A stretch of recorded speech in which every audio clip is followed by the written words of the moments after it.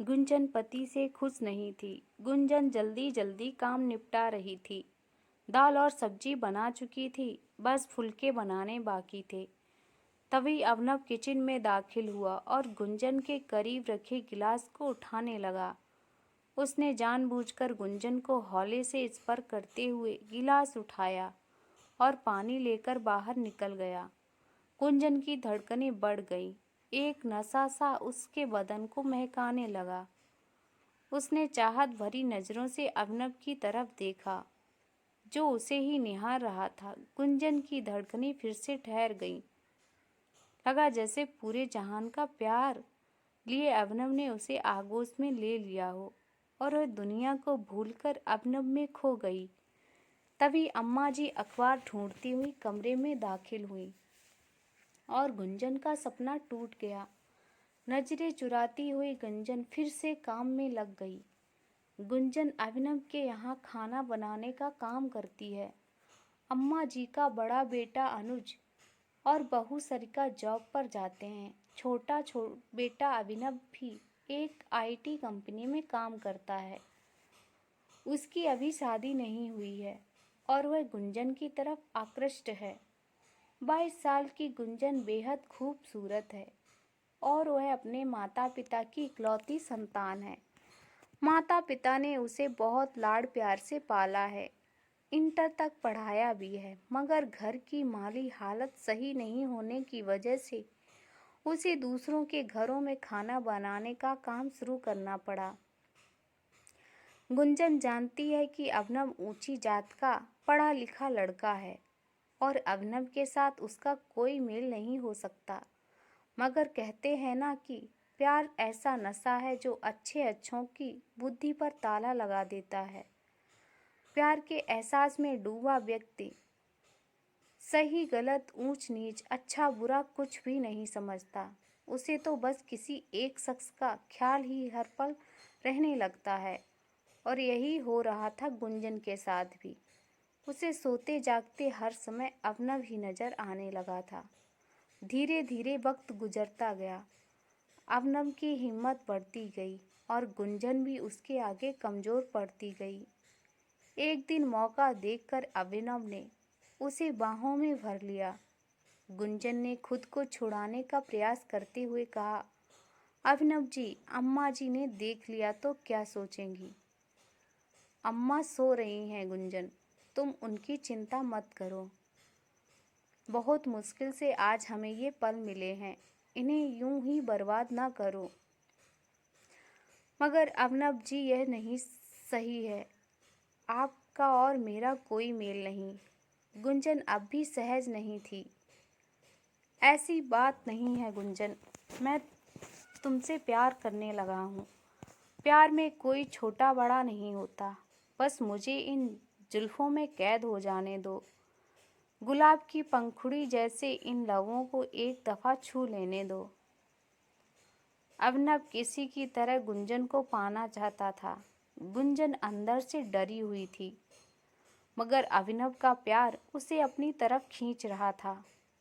आखिर गुंजन ने ही हथियार डाल दिए और एक प्रेयसी भी शांत अभिनव के साथ सीने से लग गई।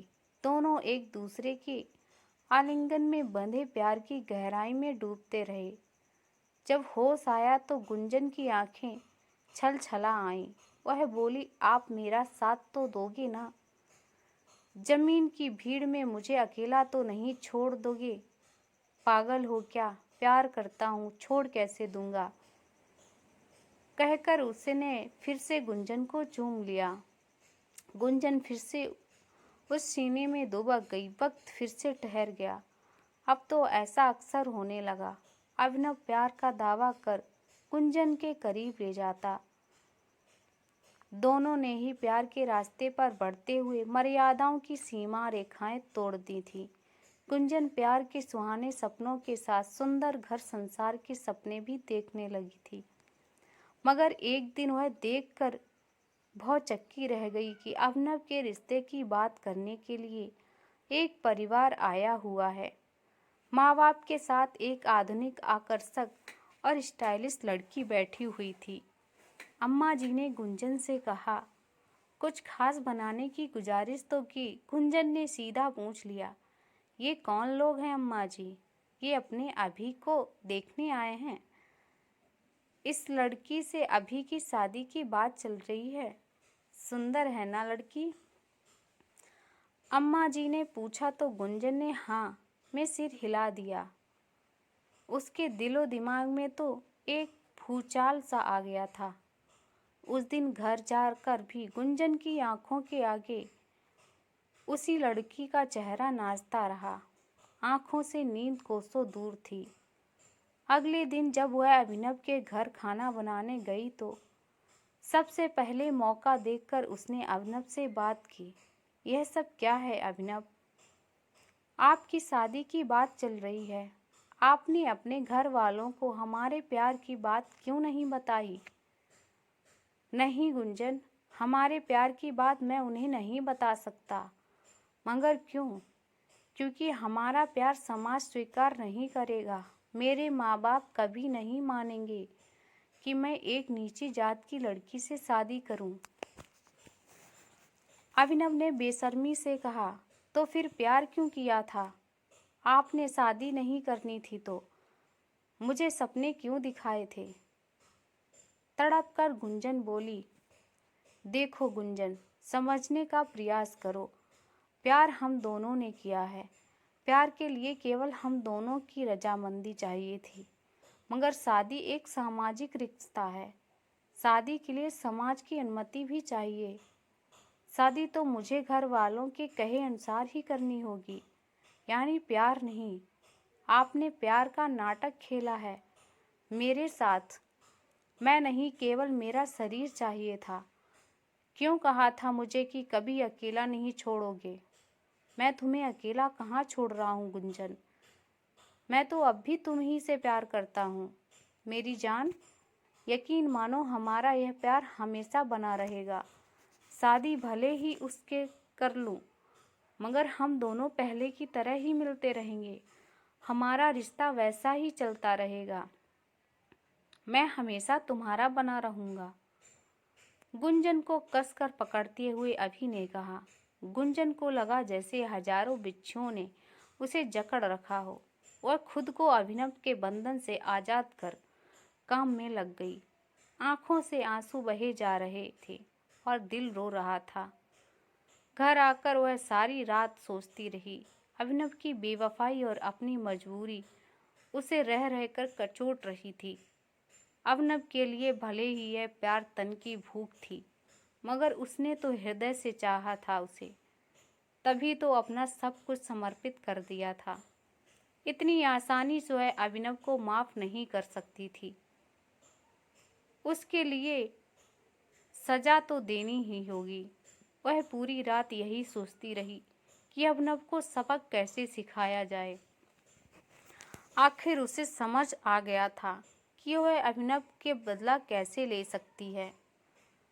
अगले दिन से ही उसने बदले की पटकथा लिखनी शुरू कर दी। उस दिन वह ज़्यादा ही वन संवर कर अभी के घर खाना बनाने पहुंची। अभी शाम 4 बजे की शिफ्ट में ऑफिस जाता था। अम्मा जी हर दूसरे दिन 12 बजे से 4 बजे तक के लिए घर से बाहर अपनी सखियों से मिलने जाती थी। पिताजी के पैर में तकलीफ थी, इसलिए वे बिस्तर पर ही रहते थे। 12 बजे अम्मा के जाने के बाद वह अभी के पास चली आई और उसका हाथ पकड़कर बोली, अभिनव, आपकी शादी की बात सुनकर मैं दुखी हो गई थी, मगर अब मैंने खुद को संभाल लिया है। शादी से पहले के इन दिनों में मैं भरपूर एंजॉय करना चाहती हूँ। आपकी बाहों में खो जाना चाहती हूँ। अभिनव की तो मन मांगी मुराद पूरी हो रही थी। उसने झट गुंजन को करीब खींच लिया। दोनों एक दूसरे के आगोश में खोते चले गए। बेड पर अभी की बाहों में मचलती गुंजन ने सवाल किया, कल आप सच कह रहे थे अभिनव, शादी के बाद भी आप मुझे ये रिश्ता बनाए रखोगे ना? हाँ गुंजन, इसमें तुम्हें शक क्यों है? शादी एक चीज होती है और प्यार दूसरी चीज। हम दोनों का प्यार और शरीर का यह मिलन हमेशा कायम रहेगा। शादी के बाद भी यह रिश्ता ऐसा ही चलता रहेगा, कहकर अभिनव फिर से गुंजन को बेतहास चूमने लगा। शाम को गुंजन अपने घर लौट आई। उसे खुद से घिन आ रही थी। वह बाथरूम में गई और नहाकर बाहर निकली। फिर मोबाइल लेकर बैठ गई। आज ने उनके शारीरिक मिलन का एकाएक पल इस मोबाइल में कैद था। उसने बड़ी होशियारी से मोबाइल का कैमरा ऑन करके ऐसी जगह रखा था जहां से दोनों की सारी हरकतें कैद हो गई थीं। यह काफ़ी देर तक का लंबा अंतरंग वीडियो था। 10 दिन के अंदर उसने ऐसे 3-4 वीडियो और शूट कर लिए। फिर वीडियोज में एडिटिंग करके बड़ी चतुराई से उसने अपने चेहरे को छिपा दिया। कुछ दिनों में अभिनव की शादी हो गई। 8-10 दिनों के अंदर ही उसने अभिनव की पत्नी से दोस्ती कर ली और उसका मोबाइल नंबर ले लिया। अगले दिन उसने अम्मा जी को कह दिया कि उसे मुंबई में जॉब लग गई है और अब काम पर नहीं आ पाएगी। उस दिन वह अभिनव के मिली भी नहीं और घर चली आई।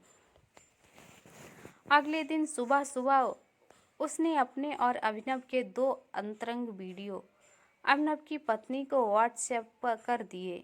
2 घंटे के बाद उसने 2 और वीडियो व्हाट्सएप कर दिए और चैन से घर के काम निपटाने लगी। शाम 4 बजे के करीब अभिनव का फ़ोन आया। गुंजन को इसका अंदाज़ा पहले से था। उसने मुस्कुराते हुए फ़ोन उठाया तो सामने से अभिनव का रोता हुआ स्वर सुनाई दिया। गुंजन, तुमने यह क्या किया मेरे साथ? मेरी शादीशुदा ज़िंदगी की अभी ठीक से शुरुआत भी नहीं हुई थी और तुमने ये वीडियो भेज दिए। तुम्हें पता है, मैं माया सुबह से ही मुझसे लड़ रही थी और अभी अभी सूटकेस से लेकर हमेशा के लिए अपने घर चली गई। गुंजन, तुमने यह क्या कर दिया मेरे साथ? अब मैं तुम ना घर के रहोगे ना घाट के। गुड बाय मिस्टर अभिनव। वाक्य पूरा करते हुए गुंजन ने कहा और फ़ोन काट दिया। उसने आज अभिनव से बदला ले लिया था, खुद को मिले हर आंसुओं का बदला। आज उसे महसूस हो रहा था जैसे उसके जख्मों पर किसी ने मलहम लगा दिया हो। आपको हमारी ये स्टोरी कैसी लगी? कमेंट में ज़रूर बताएं। चैनल को सब्सक्राइब करें और शेयर करें।